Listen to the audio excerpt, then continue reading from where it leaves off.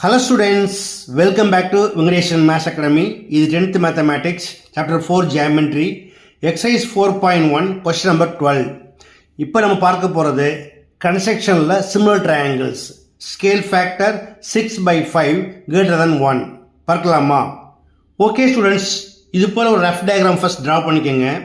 Triangle ஏபிசிக்கு சிமிலராக triangle ஏ-பி C- draw பண்ண போகிறோம். First triangle ஏபிசியை draw பண்ணிக்கலாமா?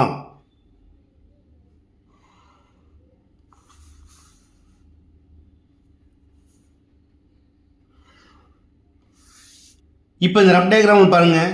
பிஏ வந்து ஏ டேஷ் வரைக்கும் எக்ஸ்டன் ஆகிருக்கு, பிசி வந்து சி டேஷ் வரைக்கும் எக்ஸ்டன் ஆகிருக்கு. அதனால் ஏசியை இந்த எண்டில் போடாதீங்க, இன்சைடில் போட்டுக்கோங்க. இப்போ இதுக்கு நேம் கொடுத்துடலாமா?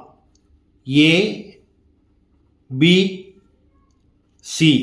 அடுத்ததாக வேர்டெக்ஸ் ஏக்கு ஆப்போசிட்டில் வேர்டெக்ஸ் பியிலிருந்து பிஎக்ஸ் அப்படி ஒரு ரே ட்ரா பண்ணிக்கோங்க.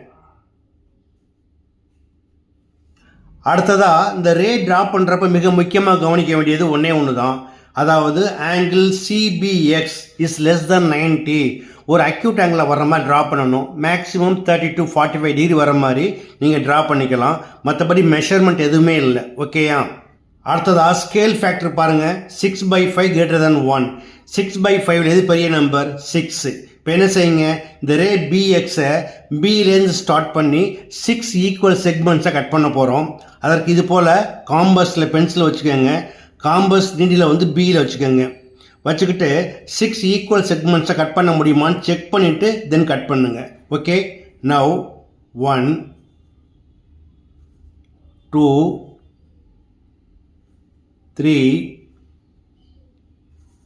4 5 and 6. இப்போ இதுக்கெல்லாம் பேர் கொடுத்துடலாமா? பிலேருந்து ஸ்டார்ட் பண்ணுறதுனால B1 B2 B3 B4 B5 and B6. அடுத்ததாக 1 செகண்ட் ஸ்கேல் ஃபேக்டர் பாருங்கள். 6/5 greater than 1 சொன்னோம். இப்போ 6ஐ யூஸ் பண்ணி பியிலேருந்து 6 ஈக்குவல் செக்மெண்ட்ஸ் கட் பண்ணிட்டோம். அடுத்தது 5. இப்போ B5ஐ சியோடு ஜாயின் பண்ணிக்கோங்க. அடுத்ததாக இந்த B5C லைனுக்கு பேரலாக B6 லைன் ட்ரா பண்ணணும். அதுக்கு என்ன செய்யுங்க, ஃபஸ்ட்டு காம்பஸ் நீடில் B5 வச்சுக்கோங்க.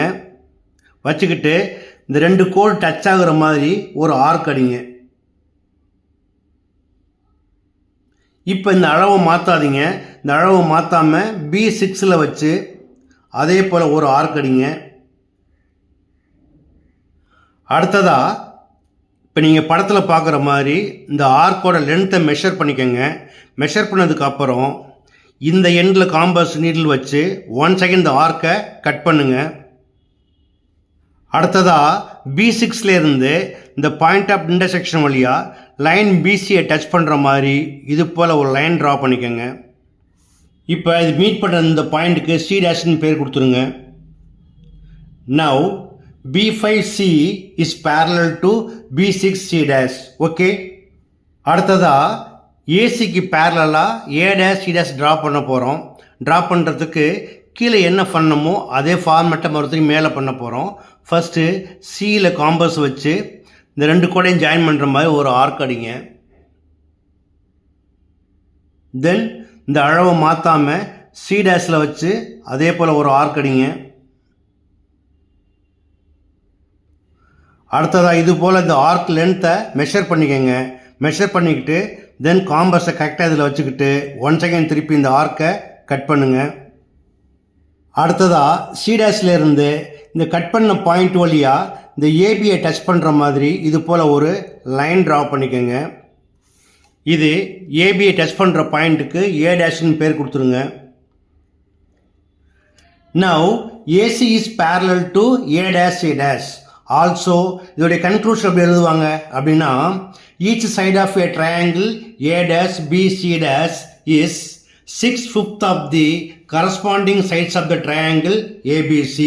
So triangle ABC is similar to triangle A dash B C dash. அப்போ ஒரு சைட்ஸ் எப்படி இருக்கும்? their corresponding sides are proportional. அதாவது AB by A dash B equal to BC by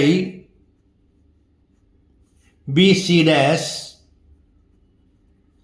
equal to AC by A dash C dash. That's all.